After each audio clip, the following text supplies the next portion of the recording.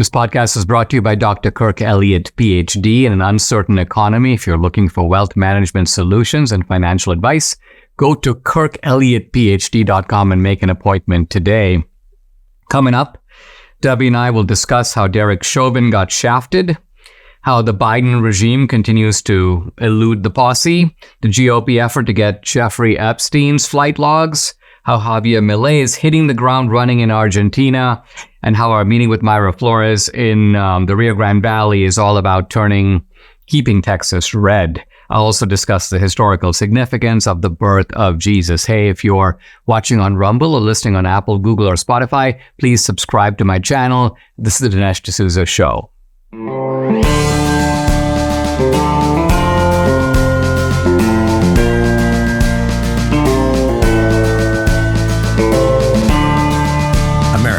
Needs this voice. The times are crazy. In a time of confusion, division, and lies, we need a brave voice of reason, understanding, and truth. This is the Dinesh D'Souza Podcast.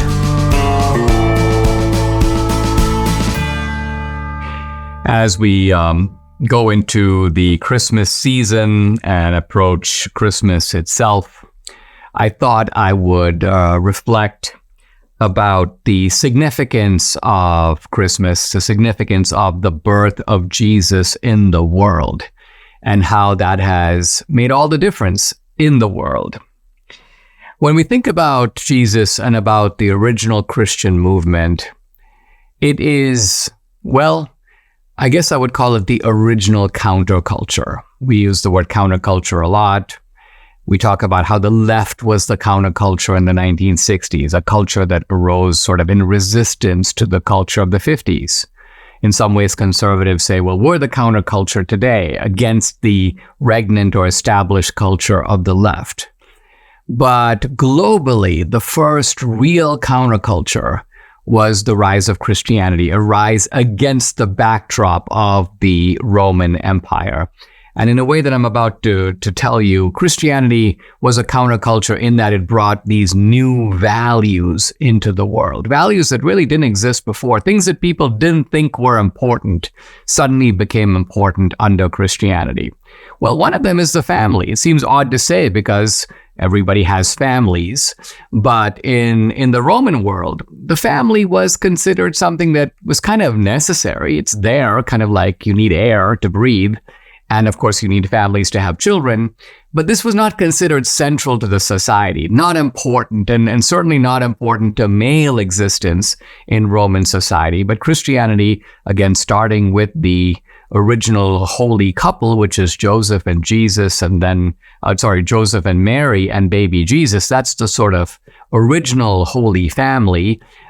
Suddenly, the family takes on a new importance. Compassion, this idea of caring for people, and not just people who are, I care for my family, or I care for my neighbor, or I care for my friends, but just caring for people who are in a bad way. This idea of compassion in a generalized sense is new with Christianity. The Romans didn't even consider it a virtue. It's not listed in the Roman or even the Greek virtues. Universal brotherhood, the idea that all of us as humans have human dignity, the idea that we should have a certain kind of care for and consideration for everybody in the world, because they are, after all, children of God. That's where the concept of universal brotherhood comes from. And again, this goes against the ancient ethic that was very tribal. You care about yourself. You care about your own tribe, your own people. Doesn't mean you're necessarily against everybody else, but, if they've got a problem, well, it's their problem. They've got to figure out a way to deal with it. It's not your problem to deal with. So this is the social and moral revolution brought about by Christianity. And of course, at the center of Christianity is a single person, namely Christ. And this, if you think about it, is unusual. I say that because there is no single figure at the heart of any other religion. If you think even of Hinduism, you've got a kind of a pantheon of Hindu gods. You've got important figures like Krishna and Rama and so on. But none of them are by themselves defining Hinduism. Same with Islam. Yeah, Muhammad is a prophet. God chose him supposedly to deliver the Quran to. But Muhammad is a man. He's an ordinary guy. God just happened to choose him to deliver this particular revelation in the understanding of Muslims. But nevertheless, if Muhammad wasn't around, God could have delivered the revelation some other way.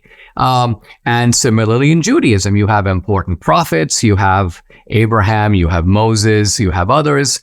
But again, Judaism would still exist if you removed any single one of these guys. So Judaism isn't ultimately based on a single person, but Christianity is Jesus. And I think it's not an exaggeration to say that Jesus is quite simply the most distinctive and the most important and the most influential figure of all time. He's distinctive in the sense that the statements of Jesus are so memorable, so striking, that if Jesus were to walk into a crowded room today, we would recognize him immediately. This is a point, by the way, that C.S. Lewis makes. Jesus is one of the few figures that speaks in a distinctive voice.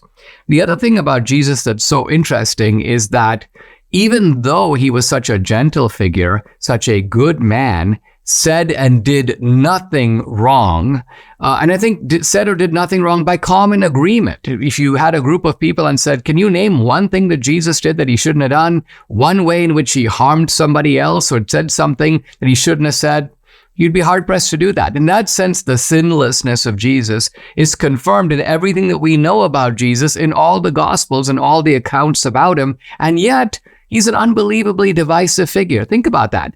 Jesus is divisive and has been divisive, by the way, from the very beginning. And that really, I think, tells you that Jesus is the kind of figure that separates, as the Bible goes, the wheat from the chaff, the wolves from the lambs. Jesus is the litmus test. And even if you aren't a religious guy, you aren't a Christian, you can step back and say that this one man has made more difference to the world, and I would argue difference for good, than any other person you can name. All the conquerors, all the important figures in this respect or that, and some people have been hugely influential. Muhammad has been hugely influential, Isaac Newton, Karl Marx, Einstein, influential in different ways, and yet all of their influence, put it all together and add it up, it doesn't equal the influence of this solitary figure, the figure at the fulcrum of all human history, who, by the way, happened to live almost at the midpoint of history. Debbie's always sort of struck by that. It's really interesting. You have a couple of thousand years of history before Jesus, then you have Jesus right at the center. We've had a couple of thousand years of history after that. Who knows when the world will end and how we can look back and see Jesus' position in the flow of history. But whatever his position in terms of the sweep of history, his difference to history and to mankind, I think, is immeasurable. During times of economic uncertainty and political upheaval, it's crucial to have a reliable source of financial guidance and insight. That's where Dr. Kirk Elliott, PhD, and his esteemed wealth management advisory firm come into play. Dr. Elliott has distinguished himself with 2 PhDs in economics and theology. He's built a reputation in expert financial solutions tailored to your unique needs. His firm specializes in wealth management, offering a comprehensive array of services to protect and grow your assets in an ever-changing world. In an environment with economic volatility, shifting political landscapes, finding a trusted partner during these challenges is essential. Dr. Elliott's firm employs cutting-edge strategies and a deep understanding of markets to guide you toward financial success. Go to KirkElliottPhD.com. That's 2 L's and 2 T's. KirkElliottPhD.com/Dinesh. Book an appointment. They will explain their process about investing. That's KirkElliottPhD.com/Dinesh, or you can call or text 720-605-3900. Number again, 720-605-3900.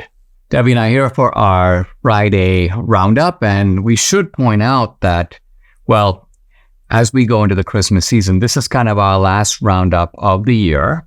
And in fact, my last podcast of the year, in that we're going to be taking a little time off So next week, Monica Crowley will be sitting in for me. So she'll be doing the 5 days. She's awesome, and I think it's going to be really fun. So give her a chance, listen to the podcast or watch it.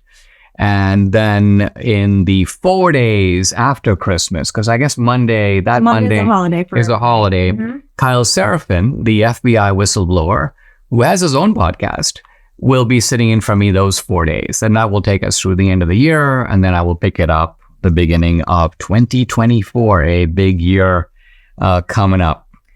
Yesterday, I had Liz Collin on, the producer of The Fall of Minneapolis, talking about the Derek Chauvin story. And it seems that as these facts come to light, we have been witness to just a horrific miscarriage of justice. What's your take on this?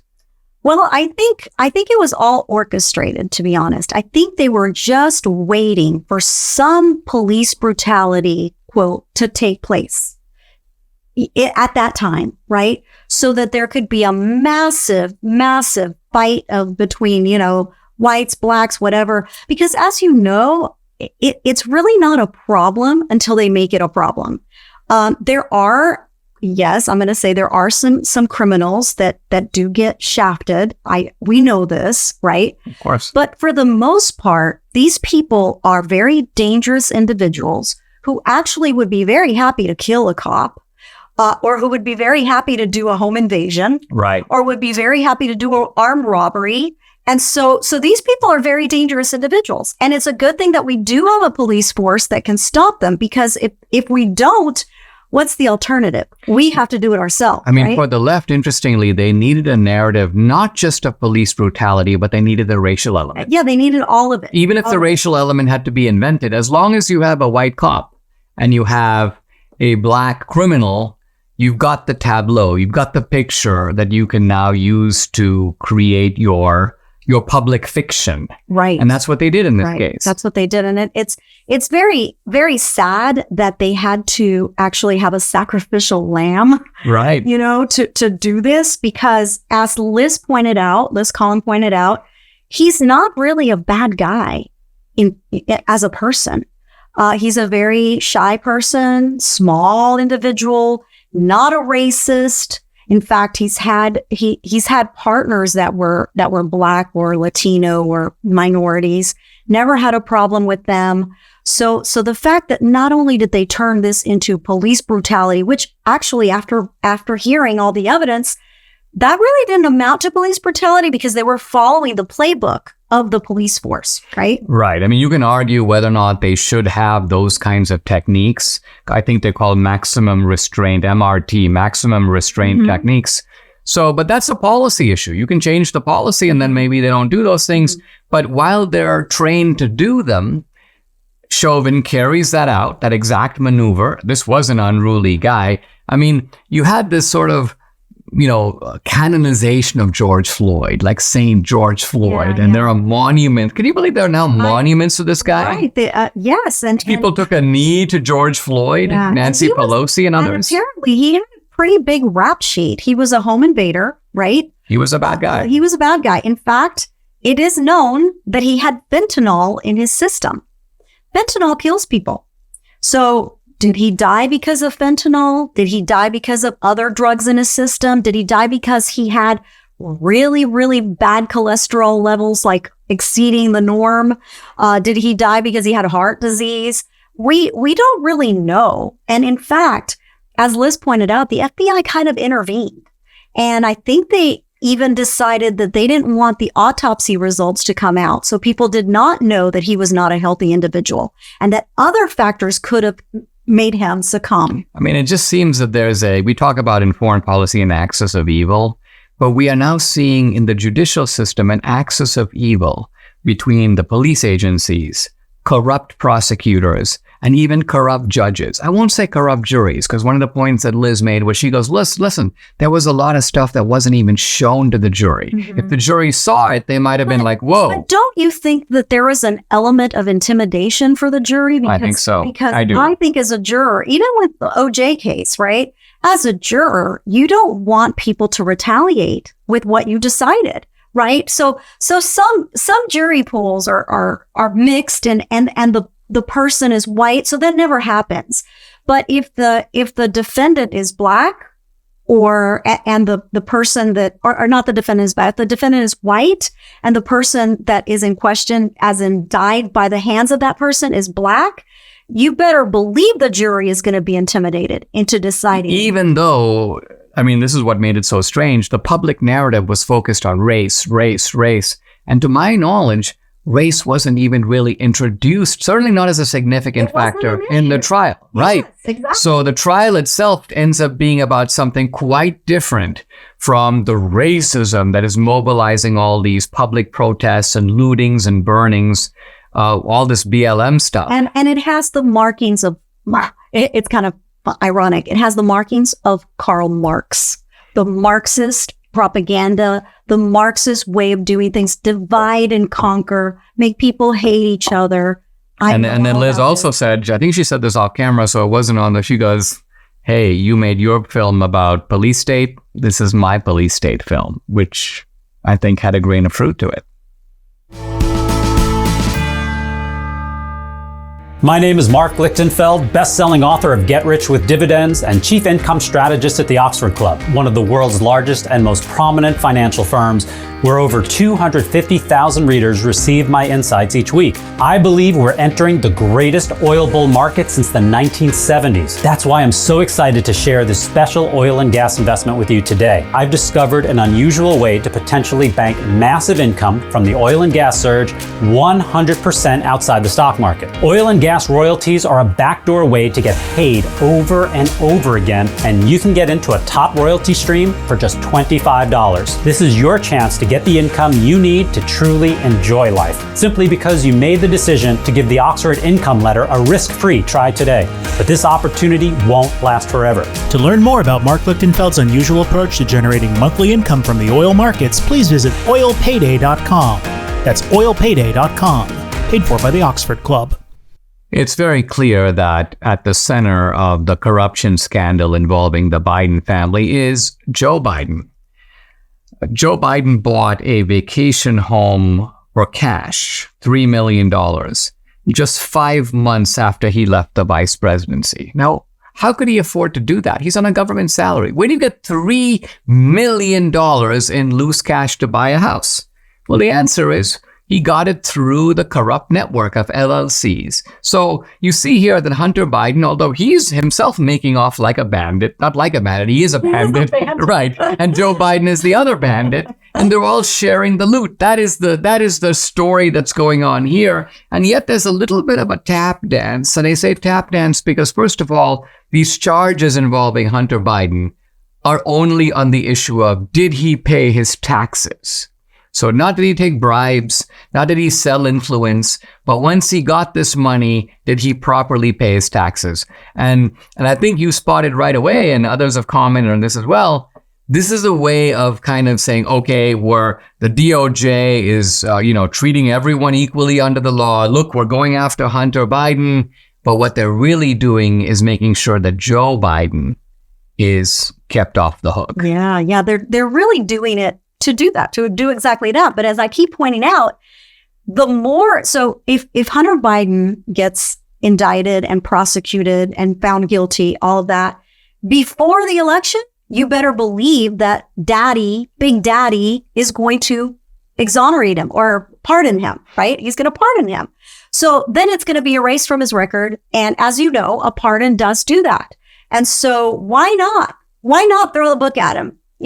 Sentence him to 30 years in prison. And then here comes Big Daddy. Boom. Signs the pardon. Yeah. Done. And then Joe Biden gets off. Hunter Biden gets off.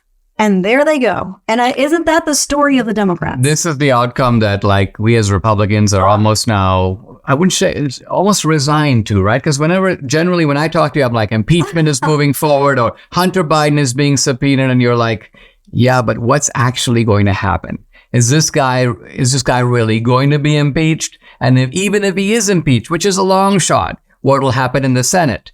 And similar with Hunter Biden. Okay, he hasn't showed up for his, he didn't show up he was subpoenaed. Mm-hmm. He didn't show up. He only showed up in the Senate side, interestingly enough.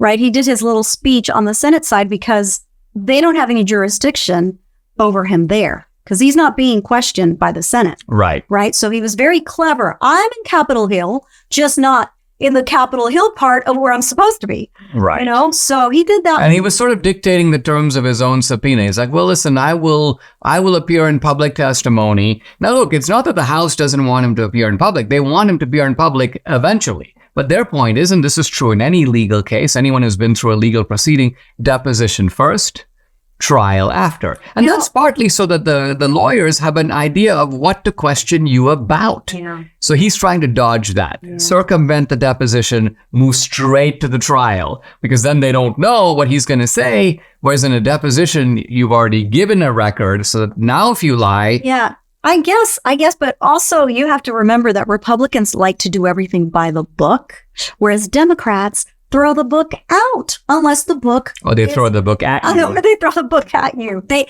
ask questions later, right? Throw the book. They indict first and investigate later after that. Yes. And our side is the opposite. In fact, we're almost moving into 2024.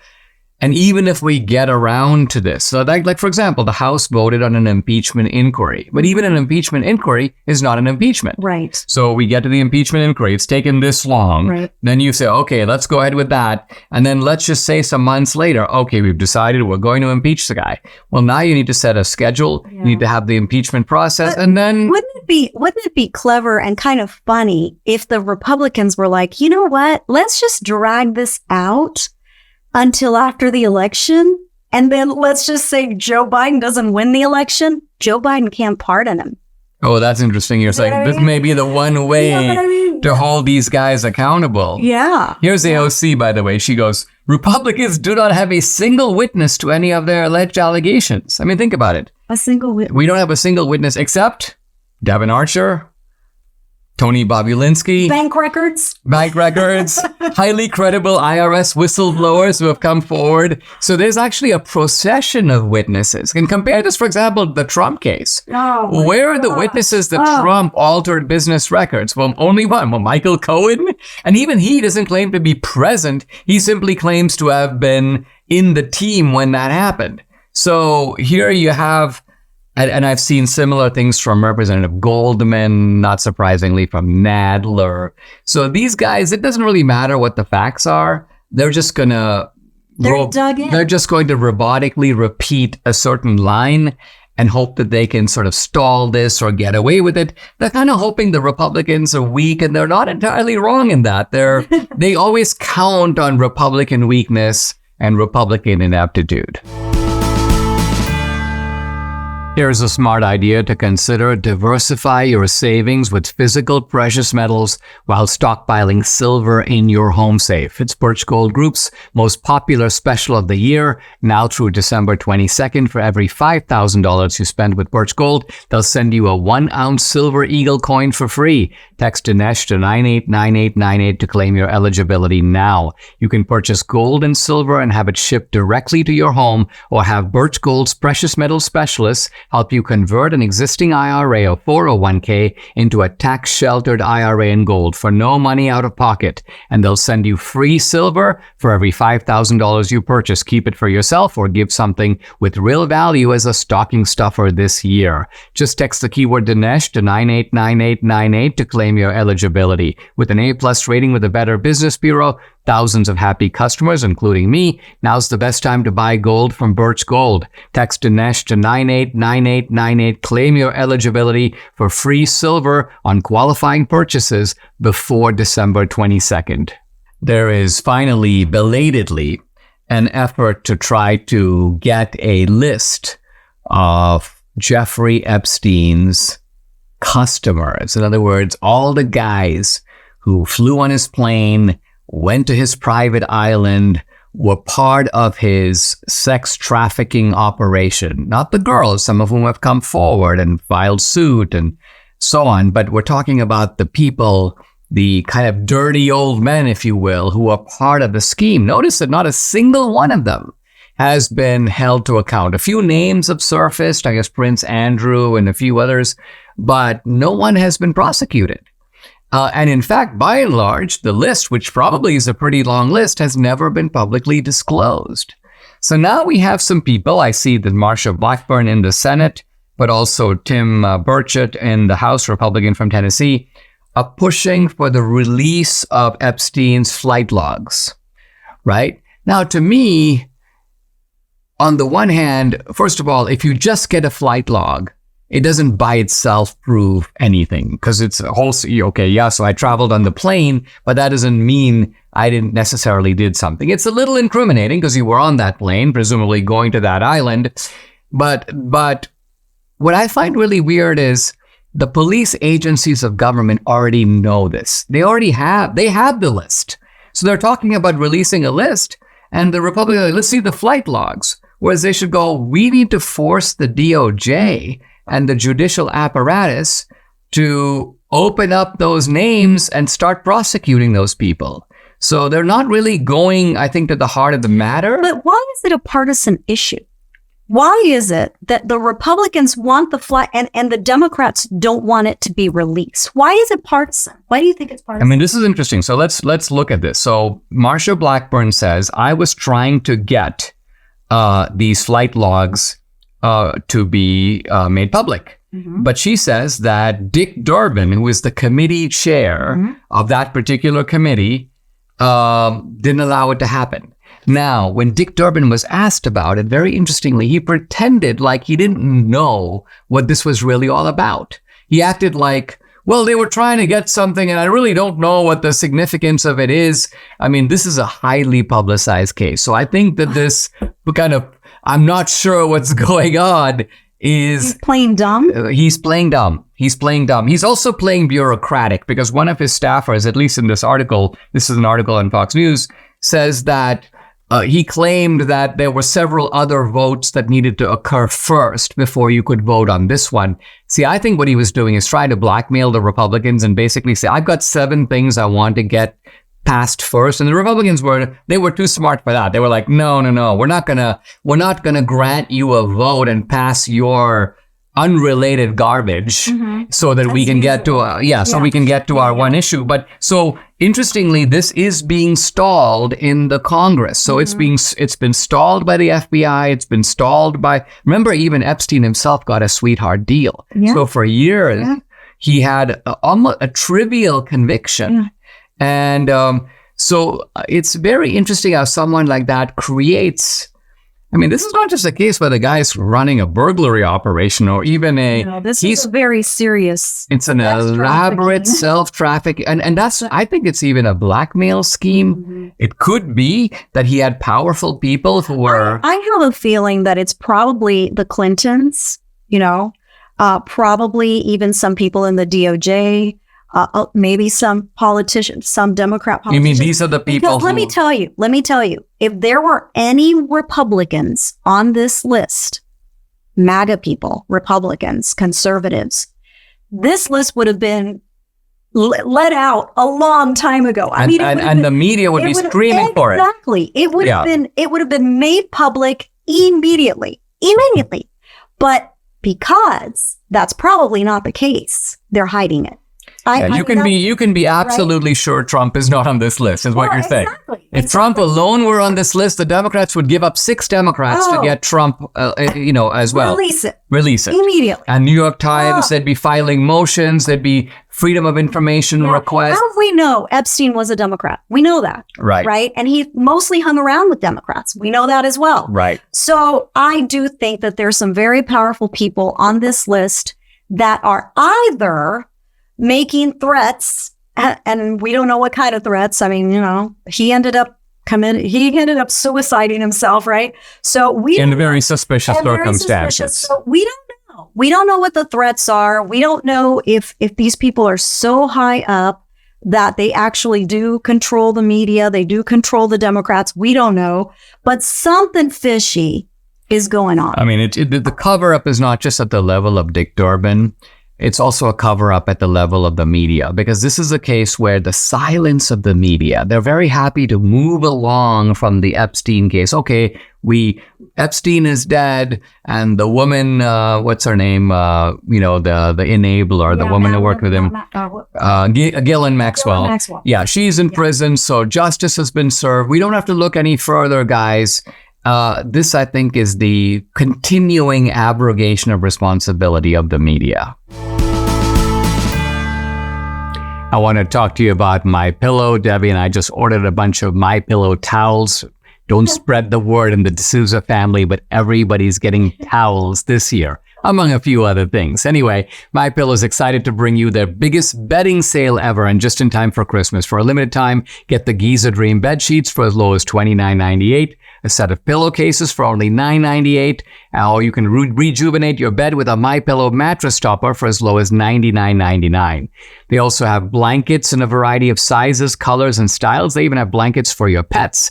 Get duvets, quilts, down comforters, body pillows, bolster pillows, so much more. All with the biggest discounts of the year, and all happening now. They're also extending their money-back guarantee for Christmas until March 1st, 2024. So this is the perfect time to get gifts for your friends, your family, and everyone you know. Here's the number to call, 800-876-0227. Once again, it's 800-876-0227, or go to mypillow.com to get the discounts. You need to use the promo code. It's DINESH, Dinesh. It looks like our friend Javier Milei, and I say our friend because we are both very enthusiastic about this guy, the new president of Argentina. But it looks like he's hit the ground running. And this is a guy who made some very extravagant claims and promises. And of course, it's always a question once Whether you get in there. Right? Yeah. Now, you were telling me that he was very honest up front before the campaign. And even though he said, I don't like a lot of these social services and a lot of this government dependency that's been created over the not just years, but decades, he admitted that some of that he would not be able to change. So talk about that, because I don't think people know that. Yeah. So he was basically telling the people, hey, listen, I'm not going to take away your services. I'm not going to take away this. I'm not going to take away that, whatever. He was making promises to the people that were being lied to, because basically his opposition at the left was telling everybody, hey, you know what? You're not going to get any money anymore for milk, or you're not going to get any money anymore for this or for that or medical. I'm not going to privatize medicine. I'm not going to privatize education, because I think people were told that he was going to, and he said he wasn't going to. So I think, part of what he was saying is, I don't have the power to. Because let's remember, he doesn't have a legislature that is entirely in his doing his bidding. But he isn't even going to advocate for it. So I thought about it, and I was like, why would somebody in a third world country, or in a country where the left has dominated politics for 20, 40 years, why wouldn't someone come in and say, done? Enough is enough. Welfare is over as we know it. We're now going to be free market only, capitalist only, blah, blah, blah. Okay, why wouldn't somebody come in and do that? Well, first of all, they would never get elected. They would never get We've elected. had this conversation about Venezuela, where the candidate that you like and we're supporting, which is Maria Corina Machado. Yes. Now, some of the sort of right-wingers in Venezuela say, well, she's not, right-wing enough because she doesn't want to cut all these social programs. But your point is, listen, first of all, when people are promised all this stuff by the government, you cannot take it all away in one snatch, right? You sort of have to wean people off of the welfare state or the extreme welfare state. And it's like giving candy to a baby, right? You can't take it away. Or take it all away.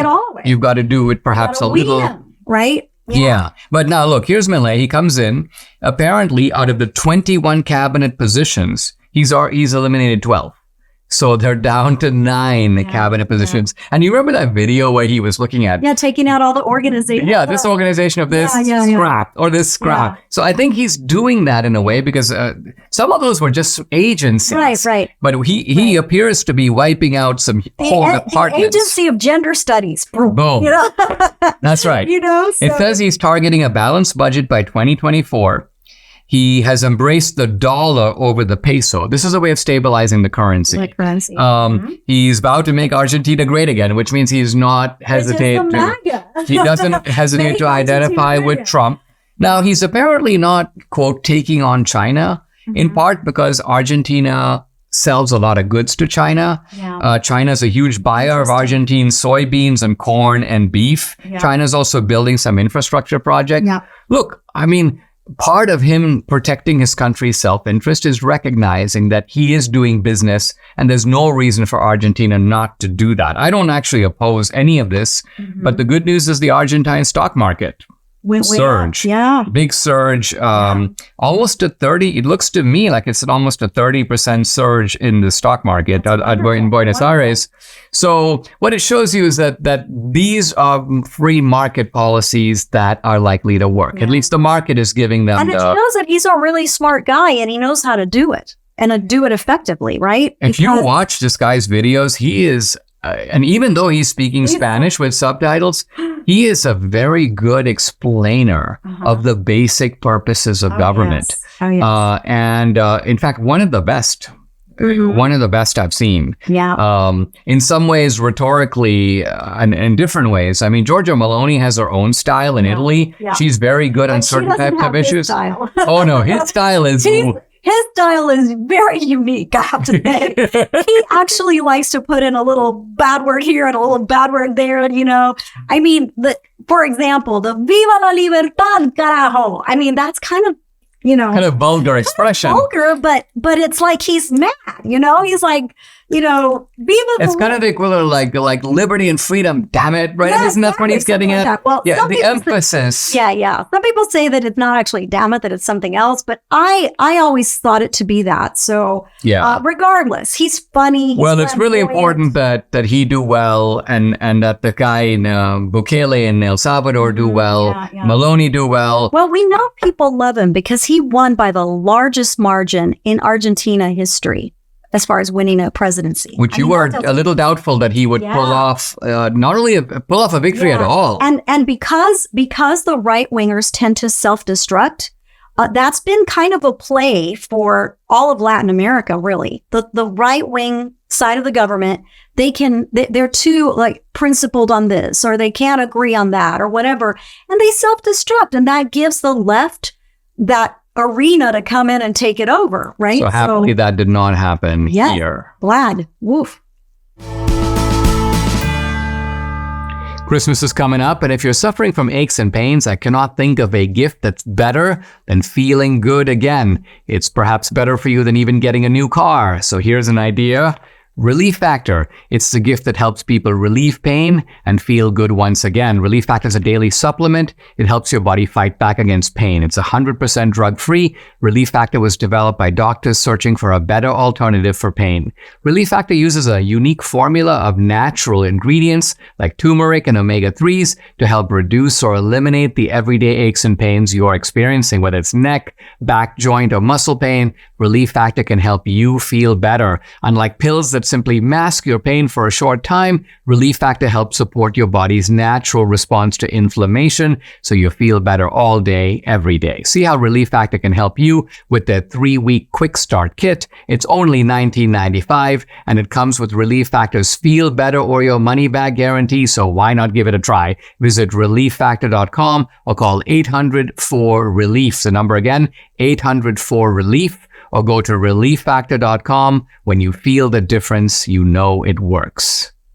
There are 2 candidates running for Congress that we're particularly excited about for 2024. One, of course, is my son-in-law, Brandon Gill, and the other is Mayra Flores, who came close the last time but is running again for Congress in the Rio Grande Valley. So earlier this week, we were in Dallas. And, Brandon and Danielle put Debbie and me to work. And so we were, contacting donors, strategizing, doing all the stuff that you do when a family is directly involved in a political race, which, by the way, is not a first for you. You've been in so many different counties. You've campaigned for judges, you've campaigned for Congress. For me, it's actually new, because even though I've been in politics all my life, I haven't been in this phase of politics.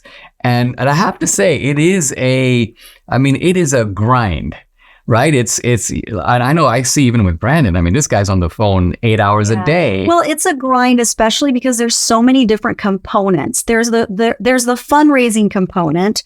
Then there's the volunteer component, the block walking, the push cards, the radio ads, all of it, billboards, signs, yard signs. There's just all endorsements. Yeah, endorsements, all of that. But it's really important, and I hope that Brandon really embraces this. But it's really important to do more grassroots and to really get people involved on that grassroots level, more so than getting endorsements from people that don't even live in Texas.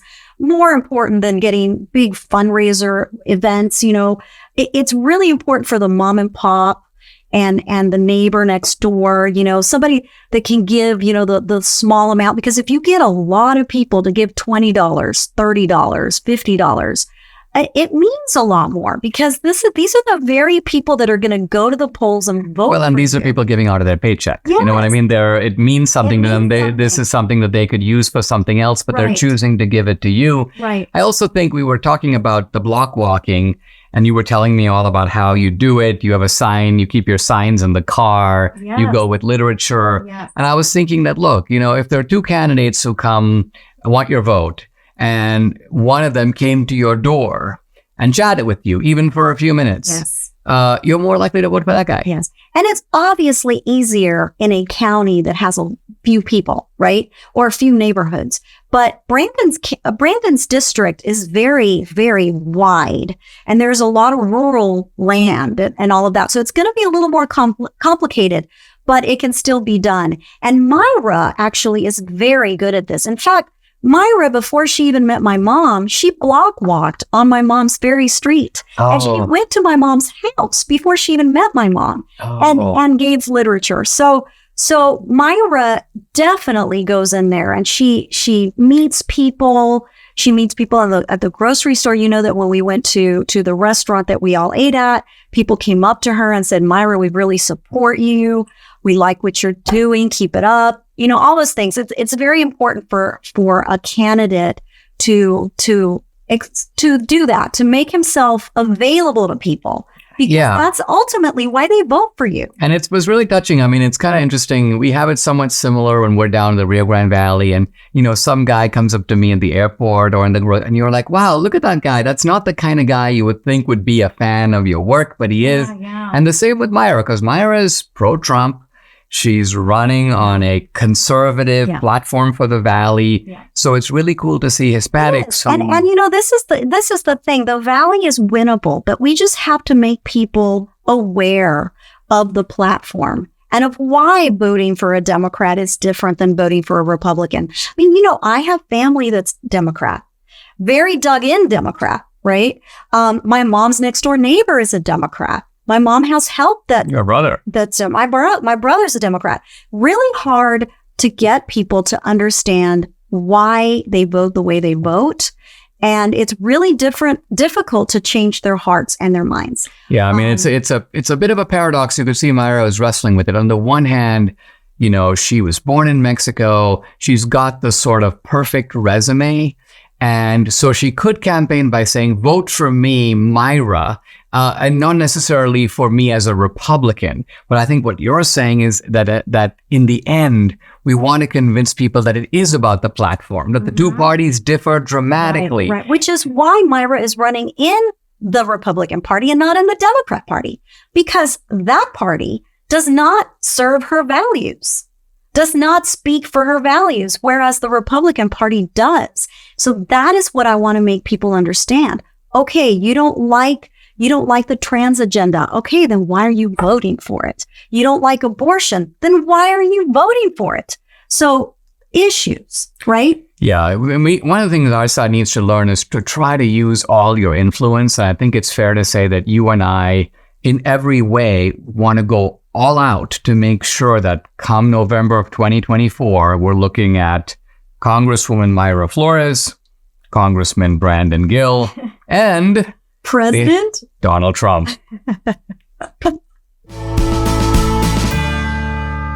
There's a new film coming out for Christmas from director George Clooney. It's a rags to riches story and an absolute crowd pleaser. It's based on the #1 New York Times bestselling book.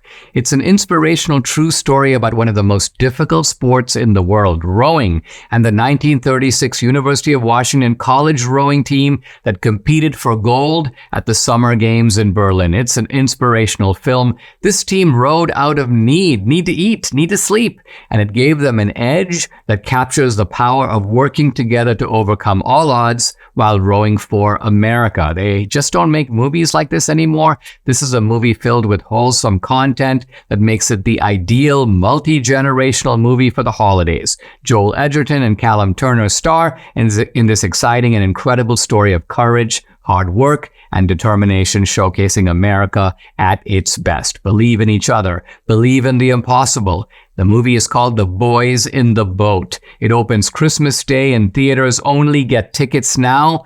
boysintheboatmovie.com. I'm going to complete my discussion of ordinary life in a Soviet prison camp. And in some ways, we see that it resembles ordinary life in prisons all over the world. Now, of course, the people in the Soviet prison aren't really convicts. So they're not convicts because they necessarily did something wrong. In fact, very often the best people in the society end up in prison. These are political prisoners. And Solzhenitsyn tells us that they took the old jails, which are left over from the Tsarist period, some of them from the Romanov dynasty, and sort of remodeled them, strengthened them, perfected them. And some of those old prisons, Solzhenitsyn says, were kind of dignified. They had these kind of doors plated with iron, and some of them had tables and stools and cots permanently anchored in each cell. And so in some ways, there is the cells are an inheritance from the old times, but the Soviets have adapted it to communist purposes. Originally, food was pretty good in these prisons. And Solzhenitsyn says that lunches included some meat, fresh vegetables was served. You could buy milk in the commissary. But then in the 1930s, there was a kind of deterioration of the food supply. And some of the prisoners then began to get sick from malnutrition. Interestingly, Solzhenitsyn says the light in cells was always rationed. So what an odd statement. But what it means is that they don't allow you light. Think of it. We, in normal life, take for granted light, right? I mean, it's light in the day because we can go outside. The sun comes inside our homes. At night, it's dark, but guess what? We have electricity, so we can have light whenever we want, but not in prison. In prison, it's lights out. Or in prison is you get light 12 hours a day, and for 12 hours, you don't get light. So the prisoners find that light becomes a desired commodity. And in winter, the light is even less to be found because natural light is less available. Things are covered with snow, which cuts off the access to the light. Walking outdoors, again, something that's taken for granted in normal life, but in prison, it is something that you have to look forward to. Why? Because you're allowed, he says, 15 to 45 minutes outside, and it varies depending on the prison. He said there was no such thing as communication with the soil that had existed in Schlüsselburg or Solovsky. Everything that grew had been torn up by the roots, trampled, covered with concrete and asphalt. So these prisons used to be a prison that was connected sort of to nature. You'd have kind of a dirt road or just a dirt path outside. You could walk on that and have some connection to the soil. But now, no, it's all covered up. It's all asphalt. So there's a certain kind of, I think Solzhenitsyn is getting a denaturalization of the environment. Everything is concrete. Everything is antiseptic. And something I mentioned yesterday, they even forbade lifting up one's head to the heavens during these walks. Look at your feet. So they want you to be degraded. They don't even want you, in a sense, morally or spiritually to be uplifted by looking up to the sky, by perhaps imagining God in the heavens. None of that. Look down to the ground, look down to the, not to the earth, but look down to the asphalt. He talks about the fact that in many prisons, your personal items are taken away, and you basically have a striped mattress. He says correspondence is permitted once or twice a year, and only on days that they announce. So like, okay, we're going to allow it next Wednesday. We'll take letters, we'll mail them out, but the next day to mail out letters may not come for months. And there are, of course, frequent searches and in which you have to strip down to complete nudity. And so this is prison life. They want to make sure there's always a pretext. We want to make sure you're not hiding something. We want to make sure, well, they also want to make sure that you can't communicate with other prisoners in ways that they don't allow. So the entire cell, he says, would get punishment for graffiti in the toilets. Why? Because even graffiti is seen as a form of communication. He talks about the punishment cell. That's sometimes called the hole. It's a cell within a cell. This is like where they put you in solitary, where you're all by yourself. You're in prison, but you're being punished. And he talks about the fact that these punishment cells you don't even have a bed. He talks about a guy named Kozyrev who learned to sleep sitting on a stool. He says one of the officers, in violation of the duty, gave him a piece of sugar with his bread ration. So all you get to eat is bread. But one of the officers kind of took pity on the guy, and they're like, okay, here's some sugar to go with the bread. He was only 5 days in the hole, and he kept count of those days. And the one thing that they were waiting for him to say, this is so strange, they were waiting for him to say, my 5 days are up. Because you're not even allowed to say that. If you say that, it's seen as unruliness, uncooperativeness. You're trying to sort of put one over on the guards. Hey, you gotta send me back to the normal prison because my 5 days in the cell are up. So this guy, even though he was aching to say that, his 5 days were up, he didn't say it. He just sat silent and obedient, and at the end of the 5th day, they had to let him out. And then Solzhenitsyn goes, after the punishment cell, the ordinary cell seemed like a palace. Subscribe to the Dinesh D'Souza podcast on Apple, Google, and Spotify, or watch on Rumble, YouTube, and SalemNow.com.